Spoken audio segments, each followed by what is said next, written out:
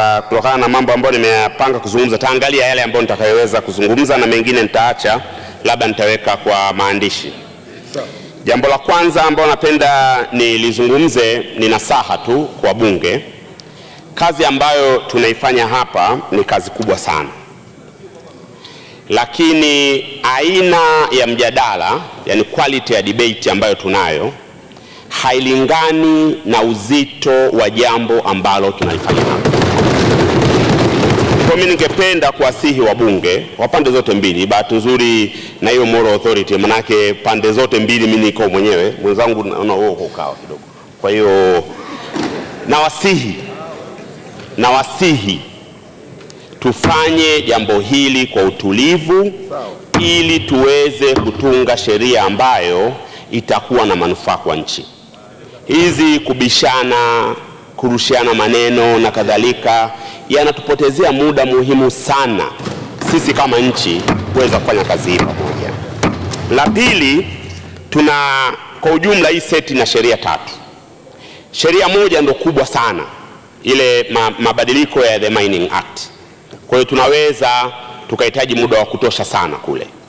Sheria 2 hizi, hii ya renegotiation na hii ya sovereignty, ni statements of intent.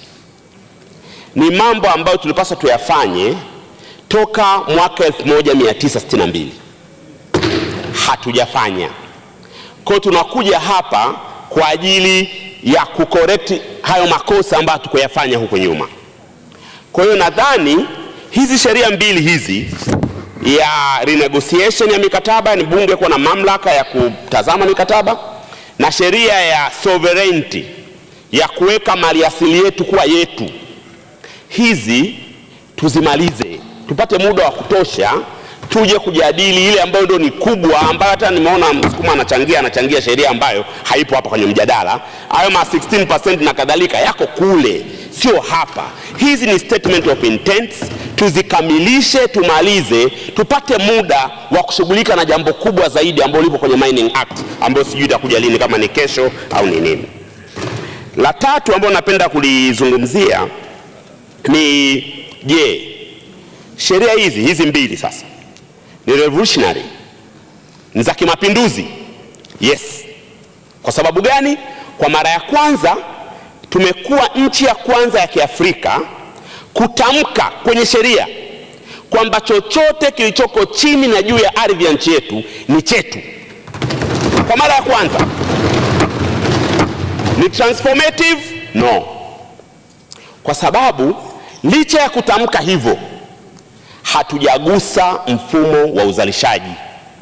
Mfumo wa uzalishaji bado ni ule ambao tunazungumza kwamba tunataka kuutatua. Kwa mfano, wabunge hapa mnazungumzia 16%, umiliki wa 16%, na baadaye muende paka 50%. Sio jambo jipya.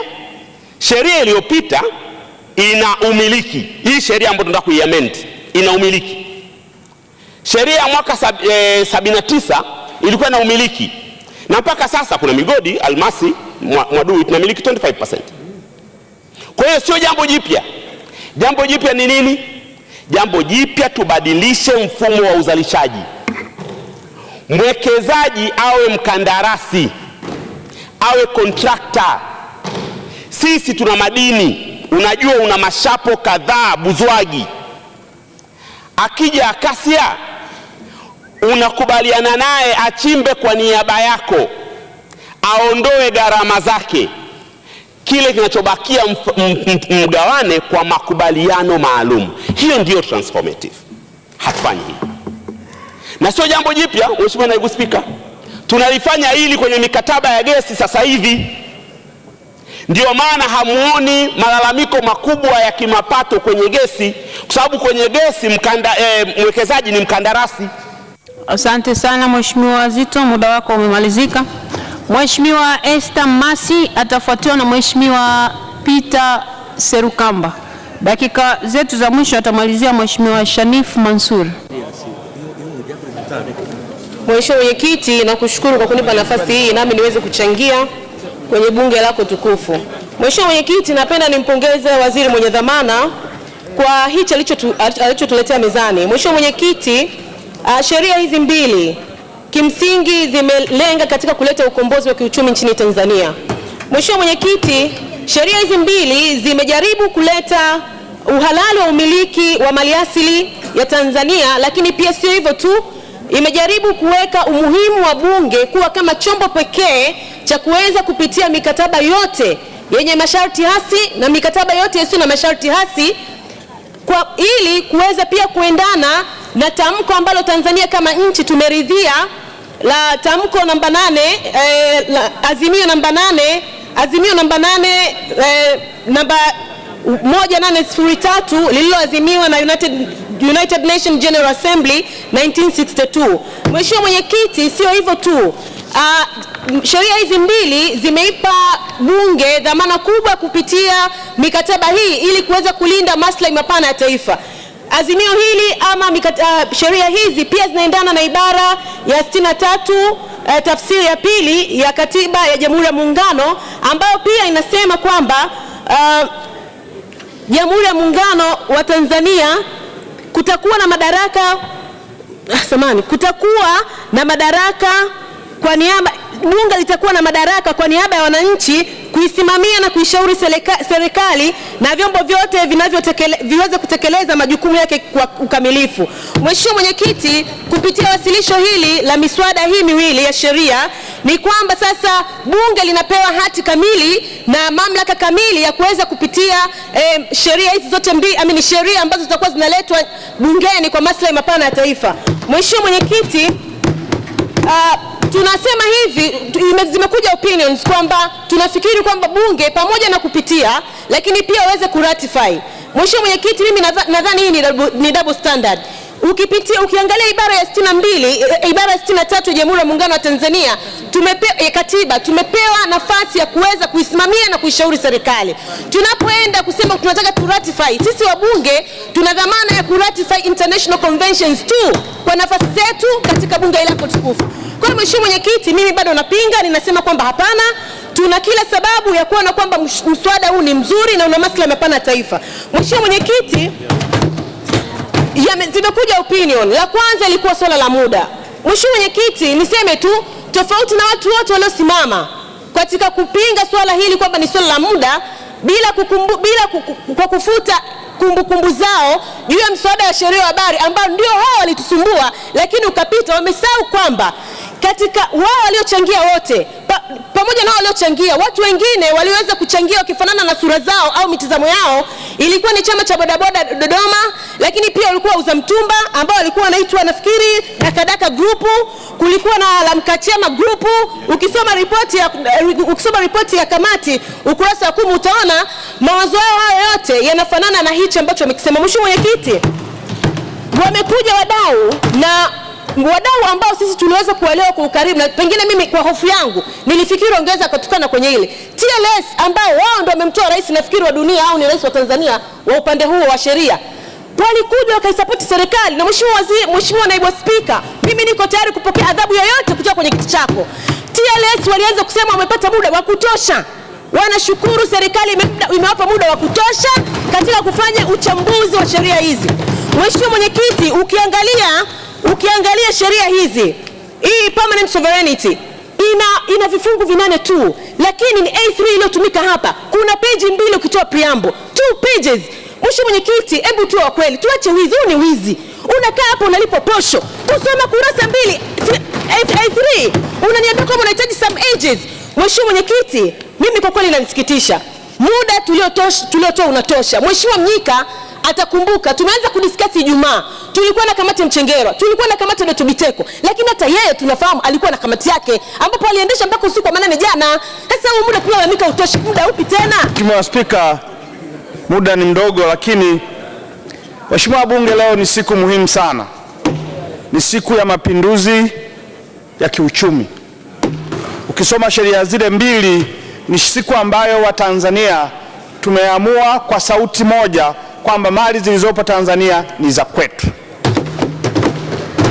Kwa namna yoyote ile, maamuzi haya lazima tumpongeze Mheshimiwa Rais Magufuli. Rais Magufuli amefanya kazi hii, amezidi kuthibitisha uzalendo wake, lakini amezidi kuonesha nia njema ya kutaka kuliendeleza taifa letu. Nilisema siku hiyo wakati nachangia Wizara ya Ujenzi kwamba ninaamini watakao kuja kuandika historia ya Tanzania, jina la Rais Magufuli litaandikwa kwa wino wa dhahabu. Kabla, kwa sababu ya muda, nataka nimpe angalizo Waziri wa Sheria. Waziri wa Sheria, tunatunga sheria hii leo, hizi ndogo mbili, ambao tunakwenda kutambua ukuu na mali za Tanzania. Ninayo hakika wakubwa duniani watalalamika, wawekezaji wakubwa watalalamika, Bretton Woods Institution zitalalamika.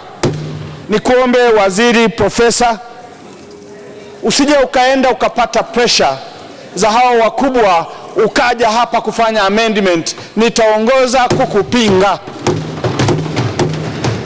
Narudia tena, tunatunga sheria hizi ambazo ni ukombozi wa nchi yetu.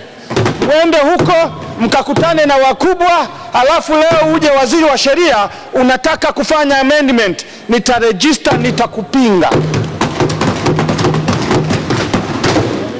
Ni vizuri tuwe tayari, yatakayotokea tujifunge mkanda. Mwalimu wa taifa alituambia sisi ni taifa, lazima tuwe tayari kujifunga mkanda.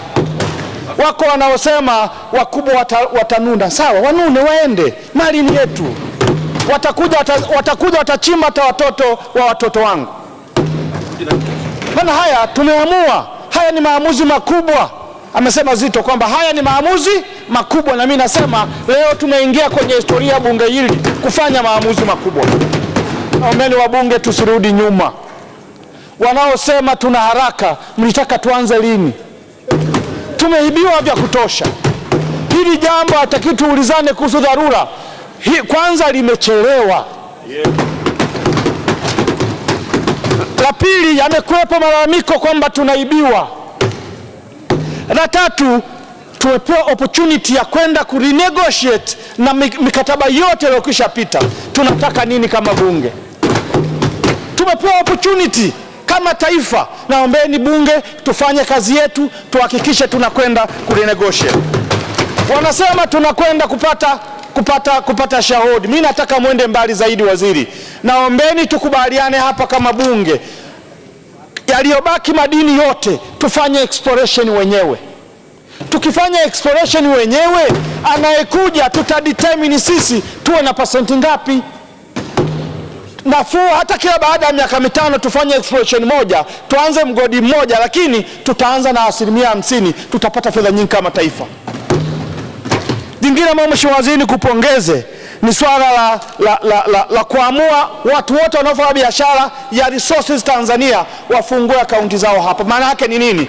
Fedha watakazoweka kwenye benki zetu na sisi wabunge tutazitumia, tutakwenda kukopa. Ndio benki inavyofanya kazi. Kwa uchumi wetu utachanganya kwa wao kufungua fedha zao kwenye akaunti zetu. Wako wanaosema wamechukua mikopo duniani. Yes, mikopo wamechukua, bado hata ukikopa nje unaweza ukalipa kutokea kwenye benki ya Tanzania. It is normal. Ni tisi tu. Kwa tunachosema sisi, kopeni huko nje, lakini fedha leta weka Tanzania, ili na sisi wa Tanzania tufaidike na fedha hizo ambazo ziko kwenye uchumi wetu.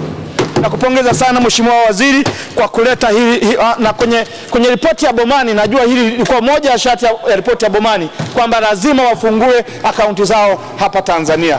Asante sana Mheshimiwa Serukamba. Kazi yangu ni kukuhabarisha. Jiunge na ripota wako Millard Ayo na upate habari zote. Install app ya Millard Ayo inayopatikana kwenye Android na iOS kwa jina hilo hilo la Millard Ayo. Utapata notification kila mpya inapoingia, kuanzia za mastaa, siasa, michezo na mengine ya dunia.